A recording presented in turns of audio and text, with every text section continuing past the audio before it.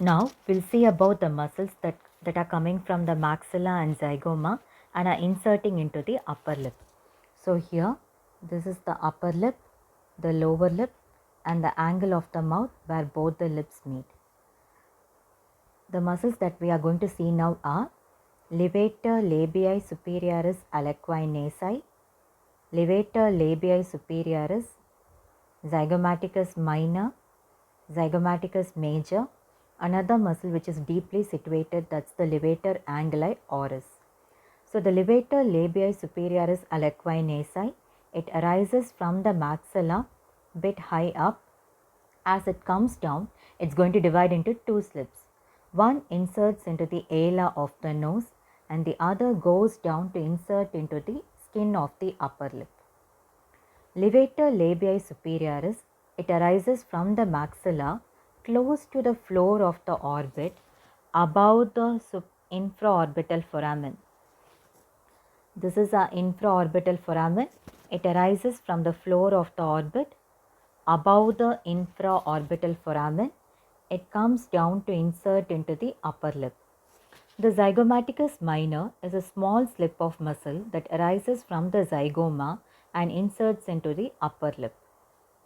The zygomaticus major also arises from the zygoma. This is the zygoma bone. It arises from the zygoma and inserts into the angle of the mouth. Now, to see levator anguli oris, I have to remove levator labii superioris. This is our infraorbital foramen. This is levator anguli oris. The levator anguli oris,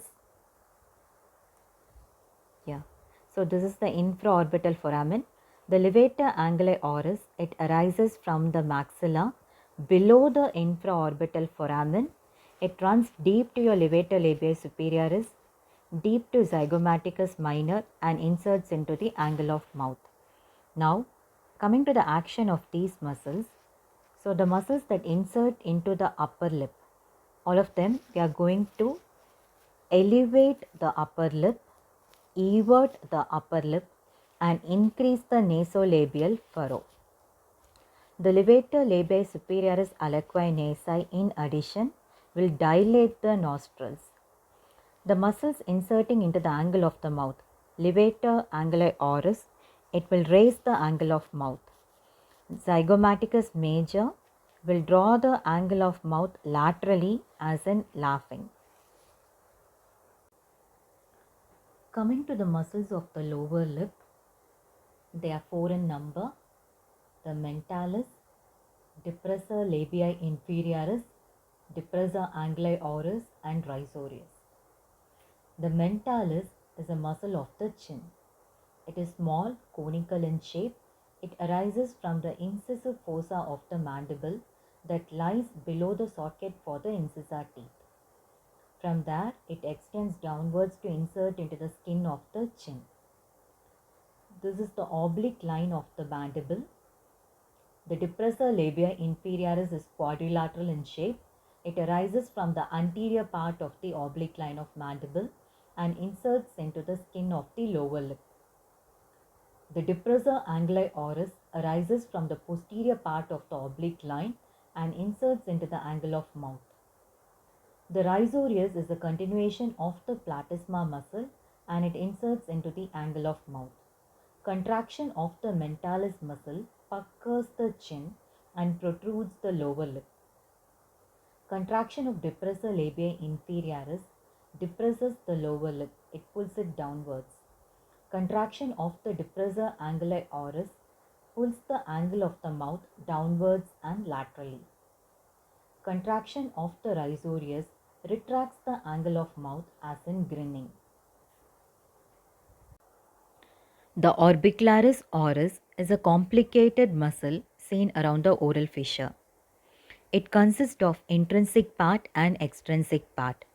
The intrinsic part consists of skeletal muscle fibers that extend from the skin of the lip to the mucous membrane of the lip. The extrinsic part is made up of skeletal muscle fibers arranged in 3 layers: the superficial stratum, the intermediate stratum, and the deep stratum. The deep stratum consists of fibers that come from the incisive fossa of maxilla and mandible. They are the incisivus superior and incisivus inferior muscle. The intermediate stratum consists of fibers coming from the buccinator muscle, and the superficial stratum consists of muscles coming to the angle of mouth from the upper jaw and the lower jaw bone. The contraction of orbicularis oris on the whole causes closure of the oral fissure. Oral fissure is the space between the upper lip and the lower lip. The buccinator muscle is a muscle of the cheek. It is placed deeply to the muscles of the upper lip and the lower lip. The buccinator originates from the outer surface of alveolar process of maxilla and mandible opposite their molar tooth. It also arises from the pterygomandibular raphe. The fibers of the buccinator they decussate and insert into the upper lip and lower lip. The contraction of the buccinator muscle helps to expel the air from the inflated cheek.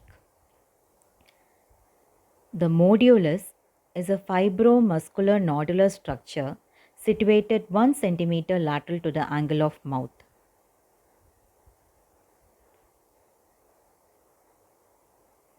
It resembles the hub of a cartwheel.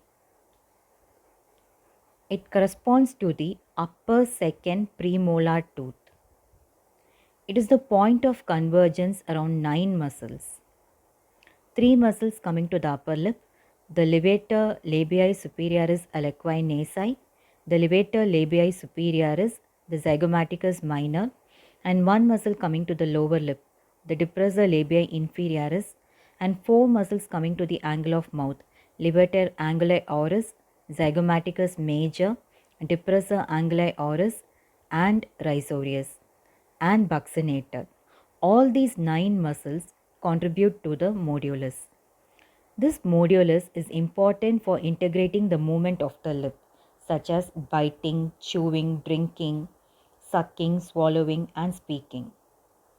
And it is also very important for the symmetry of the face. Injury to the modulus can lead to asymmetry of the face.